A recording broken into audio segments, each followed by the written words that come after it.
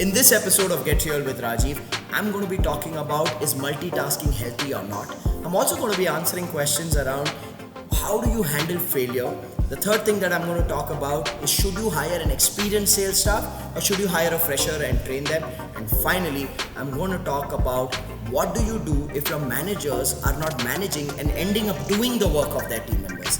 If you would like answers to these 4 questions, then you know where to find it. The address is Get Real with Rajiv, episode number 61.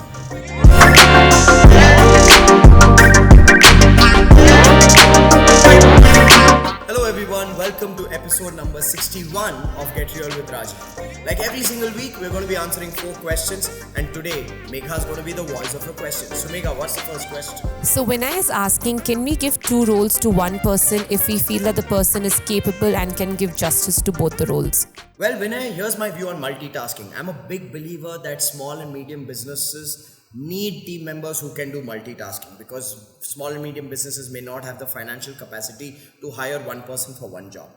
Having said that, there are certain rules of multitasking, and specifically there are 3 rules of multitasking. And as long as you are able to comply to these 3 rules, please go ahead and get team members to multitask. Now, what are those 3 rules? The first rule of multitasking is time. Does this person have adequate amount of time to do justice to both or all the multiple tasks that you are delegating to this person? Only if they have the required amount of time where they can do justice to both the roles, then it makes sense to get them to multitask. It would be absolutely unfair if you're giving people 2 roles or 2 responsibilities, and each one of those responsibility actually requires full-time physical involvement. Then that would be a very, very bad decision of multitasking. So the first rule you need to check for is, does this person have the adequate amount of time to do justice to those roles? The second rule is skills. Does this person have the required skills and knowledge to be able to produce the desired results in those multiple roles or in those multiple tasks that you're giving this person? Because think about it, a person may have a lot of time, but if they don't have the skill, then it's like expecting a fish to fly. Now, if you expect a fish to fly, the fish will die. So remember, you need to check whether they have the adequate time. Then you need to check, do they have the required skills and knowledge to do justice to those multiple tasks. Then the third and the most critical rule is willingness. Does this person have the willingness to play that multitasking role? Because there are certain people who come with this very traditional fixed mindset that I am so and so, this is my job title and this is all that I can do. There are very few people who come with that intrapreneurial mindset where they say, hey, listen, I have the time, I have the skills, I can add value to the organization, let me jump in. So you need to check for the willingness of the person. Because if the willingness is not there, even though the time is there and even though the skill can be developed, please understand, if the willingness is not there, then you as a leader will be exhausted all the time in motivating this person, inspiring this person, making this person believe that he or she can do it, sometimes abusing this person, sometimes pleading to this person that they need to do this job. If you as a leader have to sit and inspire, motivate, abuse, plead, then please understand that there's something missing in the willingness and the commitment of that person, and multitasking may not be the most effective thing for that person to do. So, skill, time, will. If these 3 elements are there, please go ahead and get people to multitask. I hope that makes sense. So Sandeep Sangvi is asking us how to handle failure in life. How did you handle your failure? Sandeep, okay, I'll give you the traditional garb of failure is a perception and failure is only when you give up. But in reality, I think the first step when you fail according to yourself that, hey, I didn't get this desired result and therefore I'm a failure. The first step is forgiveness. And I can tell you this safely that when I had a business failure in 2012, when I went into a debt and a loss, I didn't forgive myself for 2 years. And that's why for those 2 years after 2012, I didn't do anything meaningful in my life with my business. So it was only when I forgave myself, somewhere we expect ourselves to get it right, and when we don't get it right, we are unhappy with ourselves. And that unhappiness with self comes out in different ways for different people. For some people, it comes out as depression. For some people, it comes out as loss of confidence. For some people, it comes out as blame. Your expression of of not getting what you wanted to get or what you wanted to achieve may be different based on your personality and your style.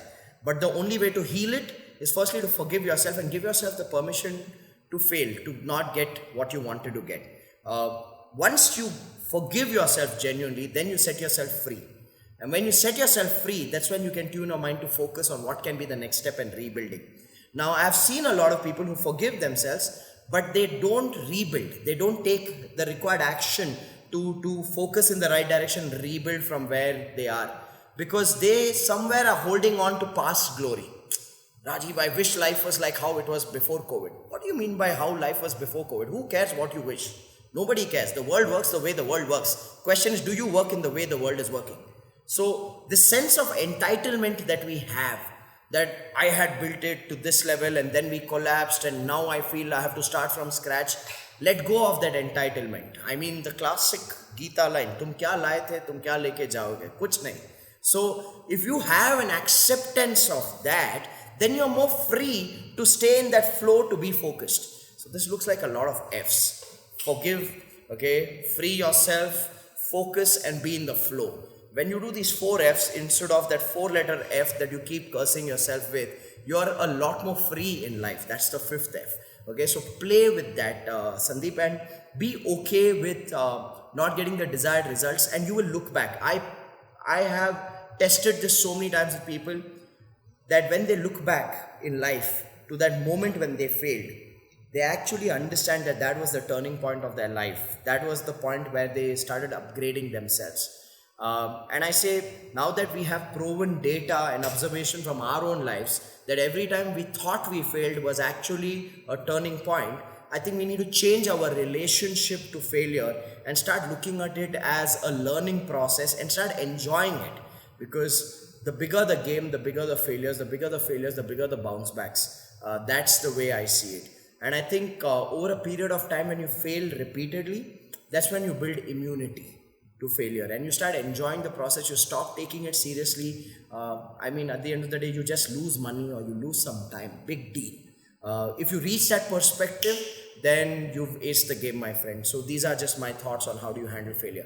Mega, what's the third question? Samir is asking, I'm hiring a salesperson for the first time. Should I hire a well-experienced person or do I hire a fresher and then train him in the sales skills? Well, Samir, what I would say is this: ask yourself, what do you need from that salesperson? Do you need more consistency of sales meetings and sales activity in your business, or do you need results like revenue, deals in your business right now? Now, I know most entrepreneurs would say, Rajiv, I need deals. Well, if you need deals, then you need to get a deal closer. If you want a deal closer, then you need to be willing to pay a high salary to somebody who comes with the skills, comes with the network, comes with the understanding and experience of your product and service and of your customers. So obviously, if you want a deal closer, your willingness to pay higher has to be there. Now, some entrepreneurs say, Rajiv, it's not viable for me to pay that high salary that sales guy is, that experienced sales candidate is asking me. Then you look for a door opener, not a deal closer.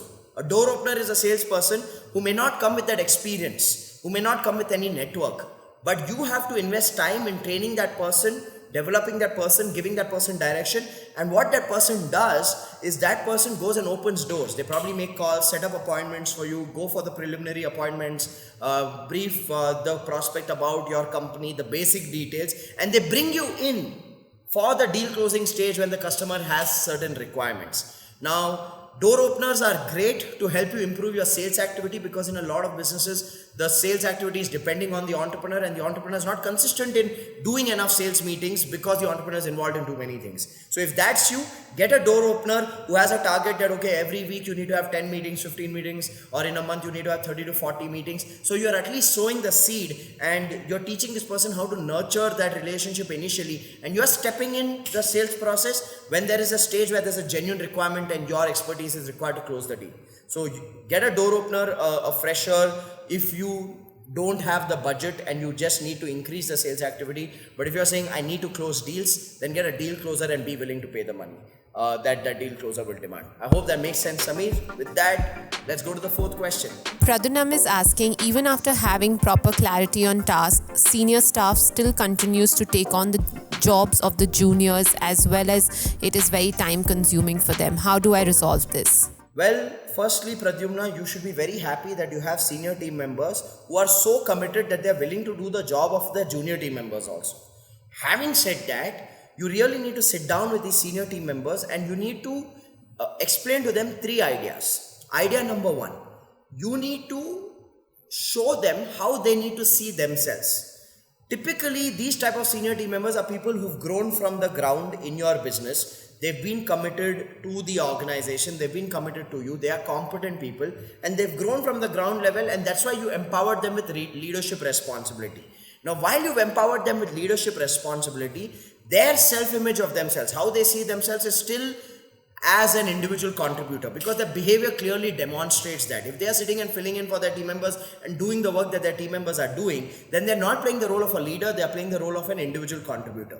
So the first thing you need to install in their mind as a software is that, hey, listen, you need to reboot the software. You're no longer an individual contributor, you are a leader. So start seeing yourself as a leader. Now, when you start seeing yourself as a leader, you also need to define the tasks, which is the second thing you need to do.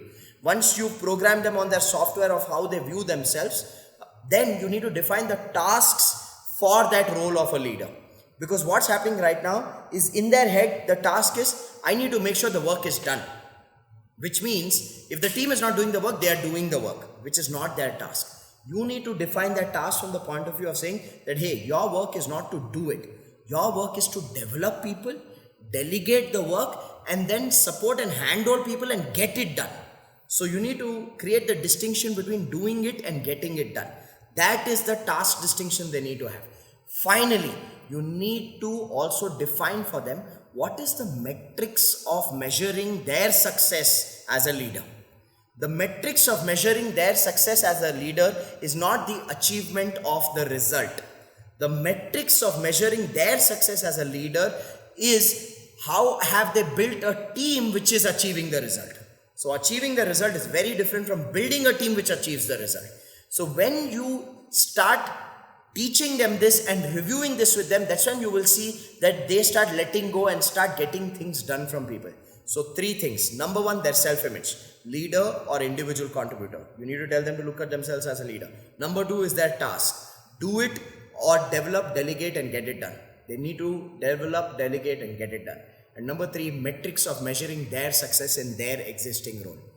Achieving the result versus building a team which achieves the result. So you need to tell them this is what you need to do.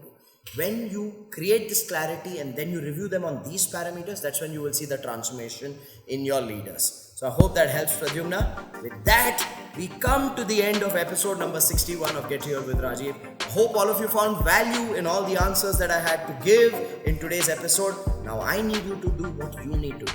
Make sure that you share this so that more people get this knowledge, and make sure that you ask more questions for the next episodes of Get Here with Rajiv. With that, this is Rajiv Talreja signing off. I look forward to seeing you in the next episode of Get Here with Rajiv.